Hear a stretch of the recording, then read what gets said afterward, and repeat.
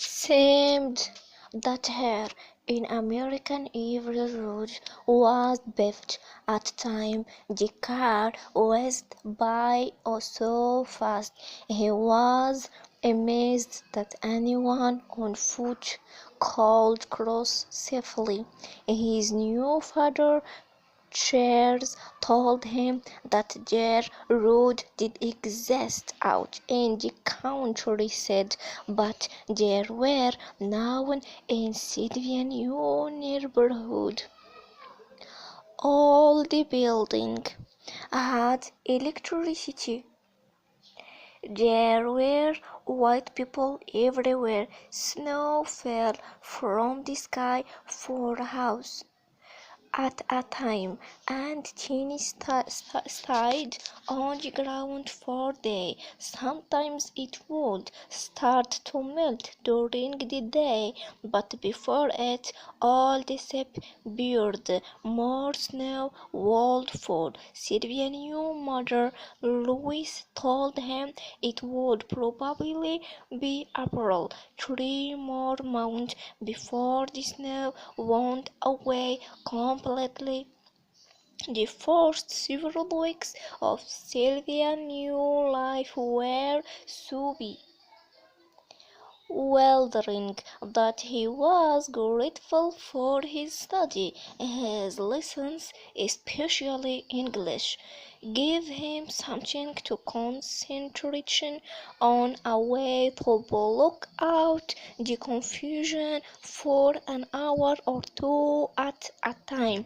His new family helped too. All of them were kind to him, patronly, explaining the millions of things he had to learn.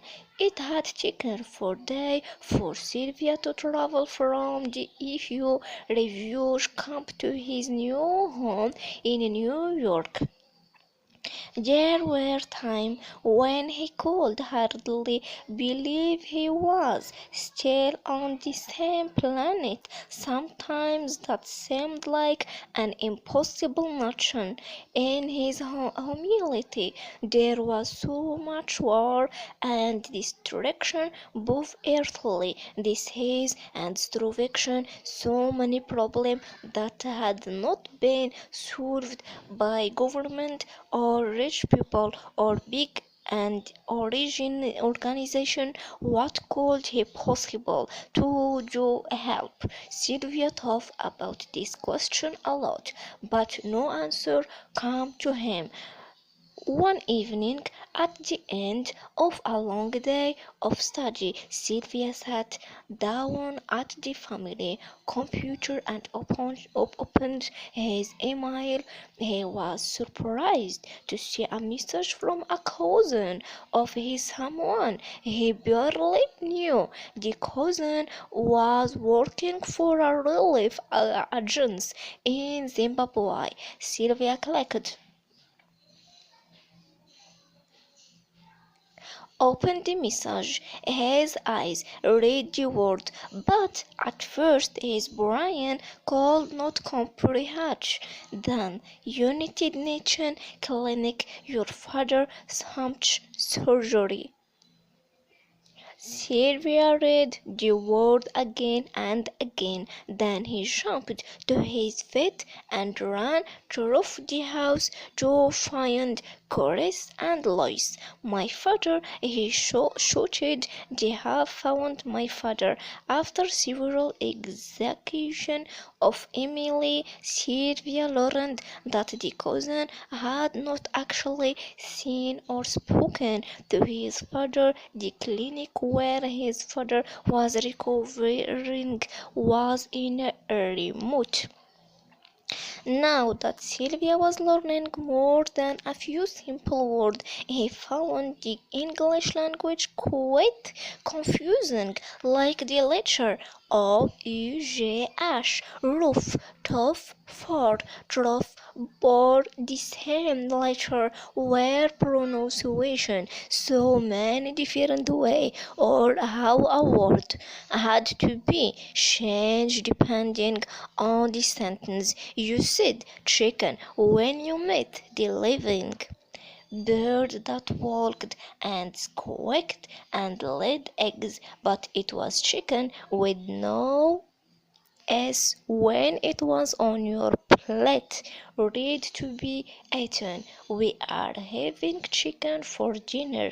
That was correct, even if you had cooked a ham, dried chicken.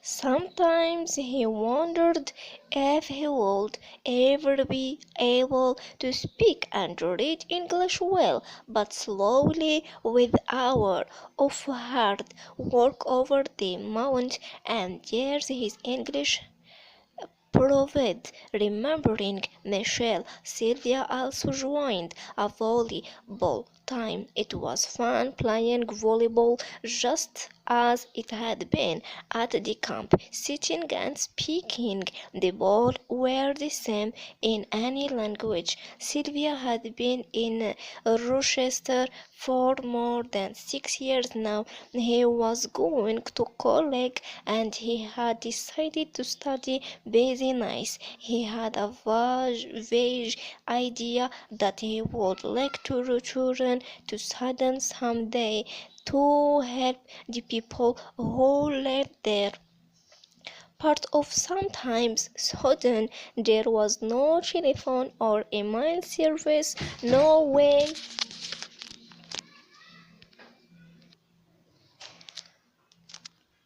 there was no telephone or mail service, no way of communication with the clinic staff.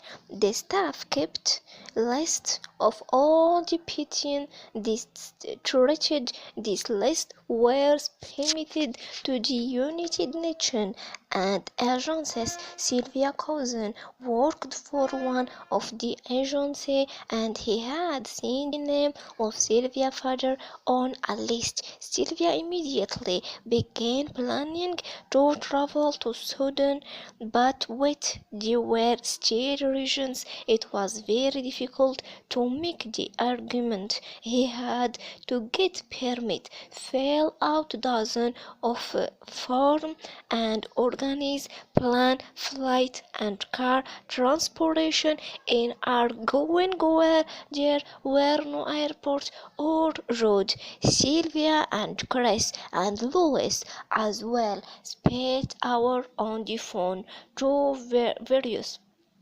agents and office. It took not a day or week but months before all the plans were in place, and there was no way to get a message to the hospital. At times Sylvia felt almost frantic at the delay and frustration. What if my father leave the hospital without telling anyone where he is going? What if I get there too late? I will never be able to find him again. At last all the forms were filled out and all the paperwork was in order. Sylvia flew in a jet to Network City, another on to Amsterdam, and a third to complete in Ghent. In complete, it took him 2 days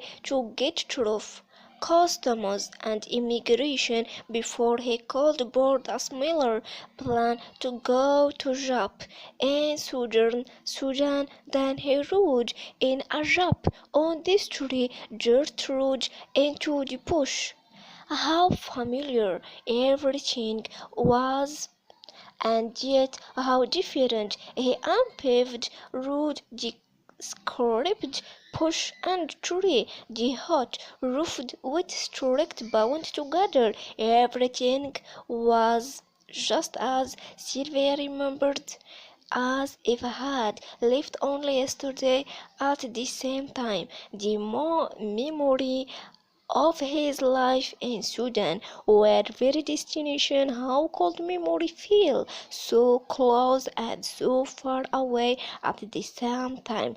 After many hours of jolting and bending along the road and the ship, after nearly a week of exaggeration travel, Sylvia encouraged the shanty that several as a recovery room at the makeshift hospital. A white woman stood to greet him. "Hello," he said. "I am looking for a pattern named Mawen that Arik."